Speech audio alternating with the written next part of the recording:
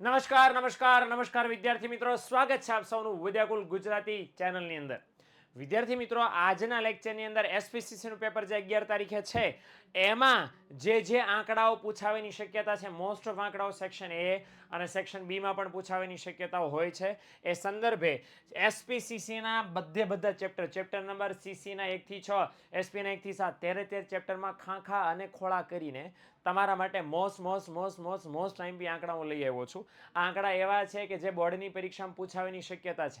કયા વિભાગમાં પૂછાશે ફરીવાર કહી દઉં, સેક્શન એ અને બી માં. અને તમને એમ થાય સાહેબ સેક્શન એ બી માં ન પૂછાણા તો ઓલા મોટા સવાલ લખાનો ને ત્યારે રેફરન્સમાં એકાદી લીટીમાં આંકડો ઘુસાડીને લખશો, અંડરલાઈન કરશો તો તમારા જવાબની વેલ્યુ વધી જશે. એટલે લેક્ચર તમારા માટે અતિશય કામનો છે. 20 માંથી 20 એમસીક્યુમાં જોતા છે, 10 માંથી 10 વિભાગ બી માં જોતા છે. આજનો લેક્ચર જોયા વગર પૂરો કરતા નહીં, અધૂરો મૂકશો તો નુકસાનમાં રહેશો. તમારે આંકી ચોપડી ફંફોળવી ન હોય, આ લેક્ચર જોઈ લો. બધા મોસ્ટ ટાઈમ આંકડા એક પણ બાકી છોડ્યો નથી જે પરીક્ષામાં પૂછવાની શક્યતા છે.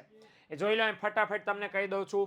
એ પણ કહેતો જઈશ કે કઈ એનું બરાબર ક્યારે એનું કયું થયું. સૌથી પહેલા ચેપ્ટરની અંદર એસપી ના પહેલા ચેપ્ટરમાં છે કે કયા કયા કાયદા શેર બહાર પાડતી વખતે કંપનીને લાગુ પડે. તો સિક્યુરિટી કોન્ટ્રાક્ટ એક્ટ 1956 નો કાયદો લાગુ પડે, કંપની કાયદો 2013 લાગુ પડે, security and exchange board of India SEBI act 1992 લાગુ પડે. આ ત્રણેય કાયદા ક્યારે બહાર પાડે, ક્યારે લાગુ પડે? શેર કંપની બહાર પાડે ત્યારે. આ ત્રણેય કાયદા ત્યારે લાગુ પડે. ધ્યાન રાખજો બાબતનું. બીજું, કંપની જાહેર ભરણા અંગે વિજ્ઞાપન પત્રને સેબીમાં મંજૂરી પછી આજે આવેદન આપે, ન્યૂઝપેપરમાં જાહેરાત આપે તો યાદ રાખજો જાહેર ભરણું કેટલા દિવસ ખુલ્લું રહે? તો યાદ રાખજો જાહેર ભરણું હંમેશા 3 દિવસથી 5. બસ આ એક આંકડા માટે 2 લીટી લાંબી કરી છે એટલે તમને રેફરન્સ સમજાય કે આંકડો આવ્યો ક્યાંથી. તો કંપની જ્યારે જાહેર જનતાને શેર બહાર પાડે ને, એ જાહેર જનતાને શેર બહાર પાડે કેટલા દિવસ માટે લોકો અરજી કરી શકે? તો 3 થી 5 દિવસની અંદર લોકો કંપનીને શેર ખરીદવાની અરજી કરી શકે. તો એ સમયગાળો 3 થી 5 દિવસનો હોય છે. સ્ક્રીનશોટ પાડતા જાજો હો ભાઈ. બીજું કે જ્યારે શેર બહાર પાડે તો છૂટક રોકાણકારો માટે ઓછામાં ઓછા કેટલા ટકા શેર અનામત રાખવા પડે ભાઈ? 10% શેર ઓછામાં ઓછા અનામત રાખવા પડે ટોટલ જેટલા બહાર પાડ્યા હોય એના. બીજું 10% અનામત રાખવાના. બીજું કે કંપની જ્યારે શેર બહાર પાડે તો કેટલા ટકા અરજી મિનિમમ મળવી જોઈએ? તો ઓછામાં ઓછા 90% શેર માટે અરજી મળવી જોઈએ, જેને શું કહેવાય? લઘુત્તમ ભરણું. અને આ જો 90% કરતાં ઓછી અરજી મળે તો કંપનીએ શેર જેટલા અરજી નાણાં મળે પાછા દઈ દેવા પડે અને શેરની વહેંચણી થઈ શકે નહીં. એટલે સાદી સિમ્પલ ભાષામાં જાહેર જનતાને કંપની શેર બહાર પાડે તો મિનિમમ 90% અરજીઓ સરકારને કંપનીને મળવી જોઈએ. 90% અરજી ન મળે તો કંપનીએ બધું પાછું દઈ દેવું પડે અને કેન્સલ કરી નાખવું પડે. ડન છે? ચાલો સ્ક્રીનશોટ પાડી લેજો ભાઈ. ઓકે. બીજું અહીં કીધું છે કે શેરની દાર્શનિક કિંમત એટલે જે બજાર એની મૂળ કિંમત આવે છે એના ઓછામાં ઓછા 5% રકમ કંપનીએ છે અરજી સાથે મંગાવવાની. કેની શેની સાથે મંગાવવાની? અરજી સાથે. કંપની જ્યારે એમ કે ને શેર અરજી સાથે રૂપિયા આપો તો તમારી અરજી માન્ય ગણાય. તો અરજી સાથે કેટલા ટકા રકમ મંગાવવાની? મિનિમમ. માની લો 100 રૂપિયાનો શેર છે, 100 રૂપિયાના 5% કેટલા થાય? 5 રૂપિયા. તો મિનિમમ કંપનીએ અરજી સાથે 5 રૂપિયા તો મંગાવવાના. મિનિમમ છે, મેક્સિમમ તો બધા મંગાવે તો એ વાંધો નહીં કે બધા હોય 100% લાવો હાલો ભાઈ, તો એ ટેન્શન નથી. પણ મિનિમમ 5% રકમ મંગાવવાની. ઓકે. તો આંકડા છે પહેલા ચેપ્ટરના કામના આંકડા છે. સ્ક્રીનશોટ પાડી લો. ચલો ફટાફટ. Hello done. ચાલો આગળ વધીએ. ત્યાર પછી અનિયમિત શેર વહેંચણી થાય, આની તમારે રદ કરવી છે તો રદ કર્યા માટે શું આવ્યા છે? કાયદેસરની પ્રથમ સભા ભરાઈ જાય પછીના કેટલા મહિનામાં? તો કે પછીના 2 મહિનામાં તમે રદ કરવા માટે અરજી કરી શકો. બીજું, કંપની જ્યારે હપ્તા મંગાવે તો મોસ્ટ આઈએમપી છે, જરાક ધ્યાન રાખજો. કંપની જ્યારે હપ્તા મંગાવે તો 2 હપ્તા વચ્ચેનો સમયગાળો કેટલો હોવો જોઈએ? ઓછામાં ઓછો 1 માસ. ઓછામાં ઓછા 1 મહિનાનો સમયગાળો હોવો જોઈએ 2 હપ્તા વચ્ચે. બીજું, હપ્તો ભરવાની મુદત અગાઉ કેટલા દિવસ પહેલા? 14 દિવસ પહેલા શેર હોલ્ડરોને સભ્યોને જાણ થઈ જવી જોઈએ કે તમારા પૈસા ભરવાના છે. લાવજો. બીજું કે હપ્તો મંગાવતા પહેલા સેક્રેટરીએ સભ્યપત્રક બંધ કરવું પડે અને બંધ કરવાના કેટલા દિવસ? 7 દિવસ પહેલા ન્યૂઝપેપરમાં નોટિસ આપવી પડે. બીજું કે ડિવિડન્ડ છે એ કંપની એમ કીધું કે આટલા ટકા આપશું તો જે તારીખે જાહેરાત થાય એને કેટલા દિવસમાં? 30 દિવસમાં કંપનીએ છે ડિવિડન્ડ શેર હોલ્ડરોને ચૂકવી દેવું પડે. ઓકે. અને ત્યાર પછી હાલો ફટાફટ સ્ક્રીનશોટ પાડી લેજો દીકરાઓ. ફટાફટ સટાસટ. ચાલો સ્ક્રીનશોટ પડી જાઓ જોઈએ જલ્દીમાં જલ્દી. હાલો આગળ વધવાનું છે આપણે. બહુ ઓછા સમયમાં ઝાઝું કામ કરવાનું છે. હાલો ત્યાર પછી અહીં સરસ મજાની વાત છે. કંપનીનું અસ્તિત્વ છે બરાબર ક્યારે આવે? તો કંપનીનું અસ્તિત્વ જે તારીખે આવે એના પહેલા 30 દિવસમાં કંપનીની પ્રથમ સભા ભરાઈ જવી જોઈએ. હવે કંપની જ્યારે સભા ભરાય તો યાદ રાખજો કે ઓછામાં ઓછી વર્ષમાં સંચાલક મંડળની, કોઈની? સંચાલક મંડળની, આ લખવું પડશે અમારે, સંચાલક, આ કોઈની સભાની વાત થાય છે ભાઈ? સંચાલક મંડળ. સંચાલક મંડળની ઓછામાં ઓછી 4 સભા આખા વર્ષની અંદર મળવી જોઈએ. આવું કોઈ ડિરેક્ટરો એમ કે રૂબરૂ ન આવી શકે તો વિડીયો કોન્ફરન્સ દ્વારા પણ હાજર રહેતો ચાલે. અને આપણે આ સંચાલકની જ વાત કરી છે. કંપનીનું અસ્તિત્વ આવે એટલે સંચાલકોની પહેલી સભા કેટલા દિવસમાં યોજાઈ જવી જોઈએ? 30 દિવસમાં યોજાઈ જવી જોઈએ. ઓકે, અને એ બાબતનું આપણે ખાસ ધ્યાન રાખશું. હવે એ સભા છે એમાં કેટલા સભ્યો હાજર રહેવા જોઈએ, કેટલા સંચાલકો હાજર રહેવા જોઈએ? નિયમ એવો છે, કાં તો જેટલા સંચાલકો એના 1/3 અથવા ઓછામાં ઓછા 2 સંચાલક, આ બેમાંથી જે સંખ્યા વધારે થતી હોય એ સંચાલકો છે સભામાં હાજર રહેવા જોઈએ. હે ને? હાલો, ઉદાહરણ આપ્યું છે, માની લો કે સંચાલકો 9 હોય તો 9 ના 1/3 કેટલા થાય? તો કે 3. અને ઓછામાં ઓછો બીજો નિયમ તો છે જ 2, તો 3 અને 2 કયો મોટો આંકડો થયો? 3. તો કેટલા સંચાલકો? 9 સંચાલકો હોય તો સભામાં કેટલા હાજર રહેવા પડે? 3.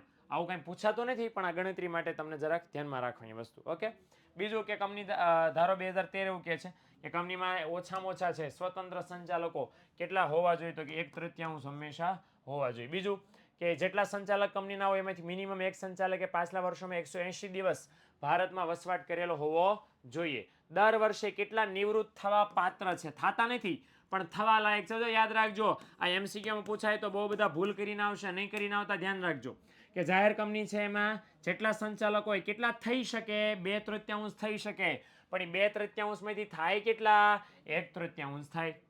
સમજણ પડી? એટલે 2/3 થઈ શકે પણ થાય 1/3. ઓકે, એટલે આ બાબતનું જરાક ધ્યાન રાખજો, ભૂલી જતા નહીં. હાલો, ત્યાર પછી સંચાલકોની સંખ્યા કેટલી હોય? તો યાદ રાખજો કે એક સંચાલક છે એ કેટલી કંપનીમાં સંચાલક બની શકે? તો એક સંચાલક જાહેર કંપની હોય તો જાહેર કંપનીમાં ઓછામાં ઓછા 3 સંચાલક હોવા પડે, ખાનગી કંપનીમાં ઓછામાં ઓછા 2 હોવા પડે, અને એક વ્યક્તિમાં ઓછામાં ઓછો 1 સંચાલક હોવો પડે. ઓકે, તો આ કંપનીમાં મિનિમમ કેટલા, મેક્સિમમ કેટલા હોય ભાઈ? તો વધુમાં વધુ 15 સંચાલકો હોય. 15 કરતાં વધારે રાખો હોય તો કેન્દ્ર સરકારની પરમિશન લેવી પડે. બીજું જો અહીંયા લખ્યું વધુ, બરાબર, વધુમાં વધુ કેટલા હોવા જોઈએ? 15. મેક્સિમમ 15 સંચાલકો હોવા જોઈએ. 15 કરતાં વધારે રાખો હોય તો કેન્દ્ર સરકારની પરમિશન.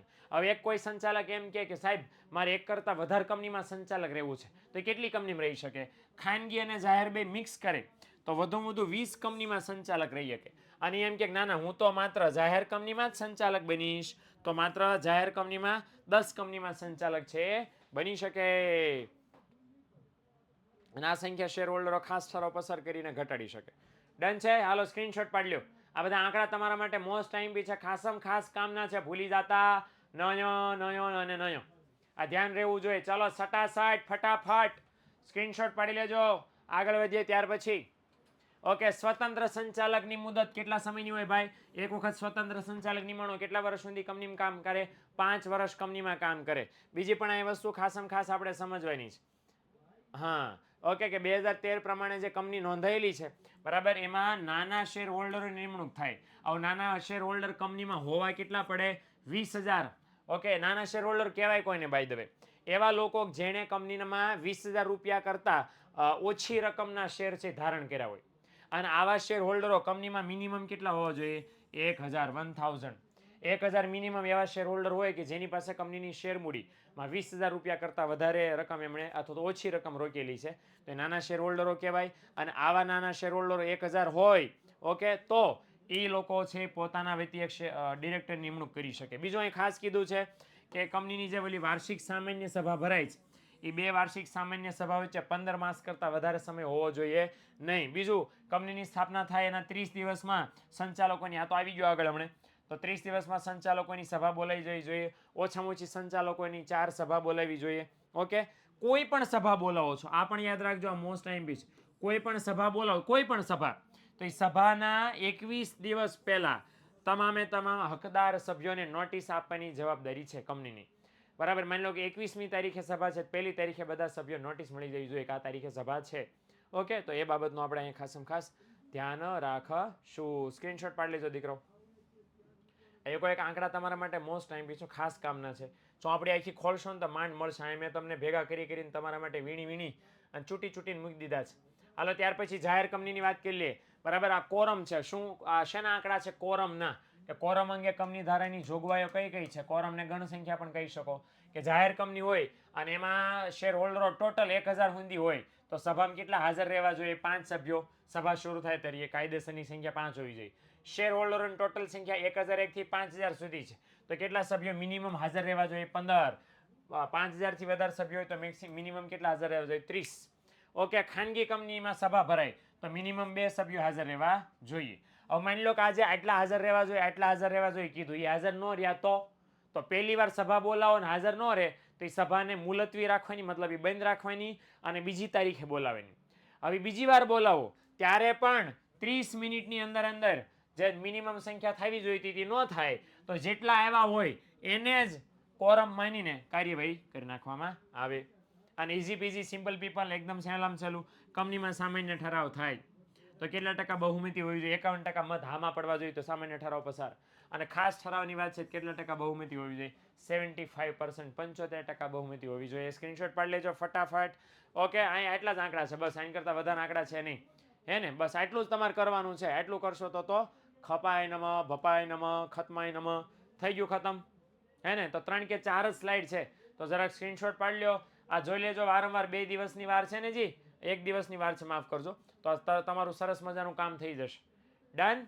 હાલો, જેટલી વાર રિવિઝન કરવું પડે એટલી વાર રિવિઝન કરી લેજો. સ્ક્રીનશોટ પાડવો પડે સ્ક્રીનશોટ પાડી લેજો.